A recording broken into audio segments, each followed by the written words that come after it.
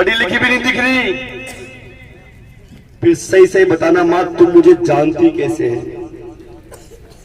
तो मेरे बुजुर्गों, मेरे नौजवान साथियों, उसने जवाब दिया कि बेटा, कहते हैं कि गरीबों का मसीहा आ गया, तेरे को ऐसे ही मैं जान। मैंने कहा मेरी माँ, उसकी जब आवाज सुनी तो मेरी आत्मा रोई, मेरे आंखों में आंसू आने से मैंने डोरा लाई, 4 पत्ते तोड़े और उनको माला बना करके मैं इंतजार कर रही थी कब गरीबों का मसीहा आएगा और मैं उसको माला पहनाऊं। मेरा दिल, मेरे शरीर का एक एक अंग, सच कहूं साथियों, चुनाव की परिणाम की परवाह तो आपके बेटे मान सिंह मीणा ने कभी करी नहीं। परिणाम की परवाह करता, परिणाम की परवाह करता तो अकेला आकर के जंवार रामगढ़ में रतनलाल की लड़ाई कभी भी नहीं लड़ता। परिणाम की परवाह करता तो जिस जंवार रामगढ़ के बारे में मैंने कभी नाम नहीं सुना, कभी शक्ल नहीं देखी, कभी रास्ता पता नहीं था, तो जंवार रामगढ़ में आकर के पुलिस के लठ निकालता, पुलिस से कभी उलझता नहीं। परिणाम की परवाह करता, परिणाम की परवाह करता तो रातों को 12 बजे जंवार रामगढ़ से अकेला क्षेत्र में घूमता नहीं। अरे मैंने तो सिर्फ उस परमपिता परमेश्वर की परवाह करी है, उस परमात्मा की, उस भगवान की, उस अंतर्यामी की, कि वो जानता है कि मेरी आत्मा कैसी है, मेरा दिल कैसा है, और उस परमात्मा के अलावा मैं किसी के बाप की परवाह नहीं करता। मैंने कहा उस गरीब माँ से कि माँ, गरीबों का मसीहा तो एक ही है, वो है परमपिता परमात्मा। मैं तो आप पंच पटेलों से एक ही बात कहूंगा, मेरी किसी नेता से कोई लड़ाई नहीं, ना मेरी किसी पार्टी से कोई लड़ाई नहीं। और सच कहूं साथियों, पार्टी क्या, पार्टी तो सारी बड़ी है, पार्टी कोई बुरी नहीं है। अरे उस पार्टी के सिंबल पर, टिकट पर काम करने वाला नेता, उसकी नीयत पूरी होती है।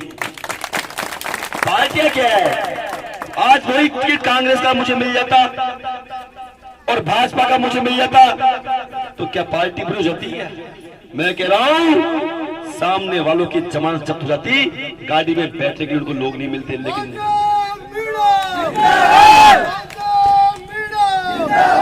लेकिन आपके बेटे ने, आपका बेटा कभी टिकट के पीछे नहीं भागा, आपके बेटे ने कभी नेता की चप्पल नहीं उठाई। अरे मैंने तो एक ही चीज सीखी है बचपन से कि अगर चप्पलें उठानी है और वास्तव में जनता की सेवा करनी है तो उस गरीब जनता की सेवा करो जिसकी कोई सुनने वाला, कोई धनीधोरी नहीं।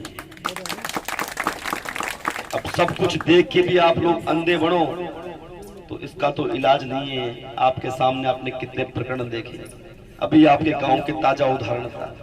अरे कल का उदाहरण देख लो, ग्राम भूज के अंदर गुर्जर समाज का एक बेटा लाइट के चिपक करके मर गया। उसको न्याय दिलाने के लिए हजारों के लोग वहां बैठ गए। 7 बजे धरना चालू हुआ और शाम को 5 बजे खत्म हुआ।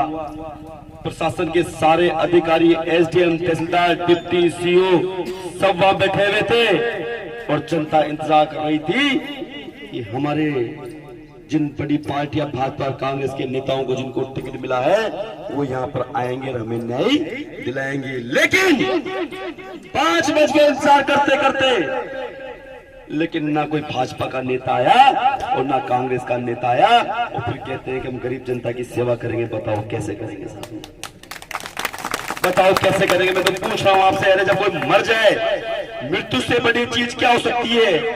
इससे बुरा क्या हो सकता है? इसलिए मेरा तो आप लोगों से हाथ जोड़ के प्रार्थना है, निवेदन है, मेरे बड़े बुजुर्गों से, मेरे नौजवान साथियों से। बहुत लोग मुझसे कहते हैं वकील साहब, जनता इंतजार कर रही है, पहली बार अच्छे इंसान को वोट देने का मौका मिला है। मैं पूछता हूँ यार, तुम इतने लोग मुझे फोन करते हो, मेरे पास आते हो, फिर खुल करके मेरे साथ क्यों नहीं आ रहे? तो जवाब आता है, वकील साहब हमें डर लगता है। ये डर सता रहा है कि यदि आप हार गए तो जो यहाँ के नेता है वो हमें जीने नहीं देंगे, इसलिए हम खुल करके आपके साथ नहीं आ रहे। लेकिन जब अंदर वोट देने जाएंगे तो कौन देखने वाला है वहां तो मैंने जानी, मेरी आत्मा ने जानी, इसलिए मुझे पूरी उम्मीद है वो बातें उनकी सुनता हूं, वो विश्वास मुझे दिलाते हैं तो मेरी ताकत बढ़ जाती है। मैं तो यही कहूंगा, नेता बन के आपके बीच में नहीं आया, आपका भाई और आपका बेटा बन के आया हूं। वादा कर रहा हूं, वचन दे के जा रहा हूं इस बस्ती माता के सामने, पंचपटलों के सामने, चुनाव जीत गया, आप लोगों ने विधायक बना दिया, तो जनता की सेवा किसे कहते हैं ये आपका बेटा, आपका भाई मान सिंह मीणा आपको बताया।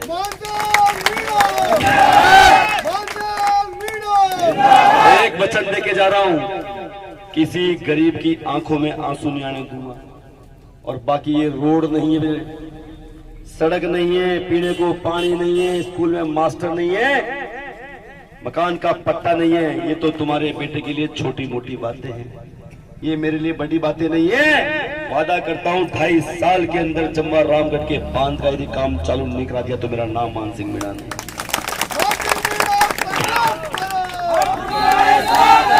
क्योंकि मैं जानता हूं रामगढ़ बांध ही वो चीज है जिससे 36 कौम का भला हो सकता है और चंबा रामगढ़ की जनता की गरीबी दूर हो सकती है।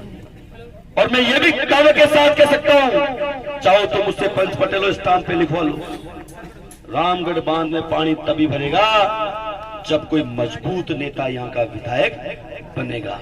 और मैं दावे के साथ कहता हूं, मेरे विपक्ष में जो मेरे भाई लड़ रहे हैं, बड़ो मानो भलो मानो, इनकी तो बस की बात को ना भाई, चाहे लिखवा लो मेरे से, चाहो तो मैं स्टाम्प पे लिखने के लिए तैयार हूँ। रामगढ़ बांध को भरवाने के लिए तो ऐसे व्यक्ति की जरूरत है जो मुख्यमंत्री से विधानसभा के अंदर आंख में आंख डाल करके बात कर सके और अपनी बात को मजबूती से विधानसभा में उठा सके। अब से आपको करना है कि रामगढ़ बांध में पानी लाने वाले को वोट देना है, गरीब जनता की सुख दुख में साथ देने वाले को वोट देना है, या फिर आंखों पर पट्टा बांध करके वोट देना है। ये निर्णय आपका, ये काम मेरा नहीं। मेरा काम तो आप लोगों के बीच में आना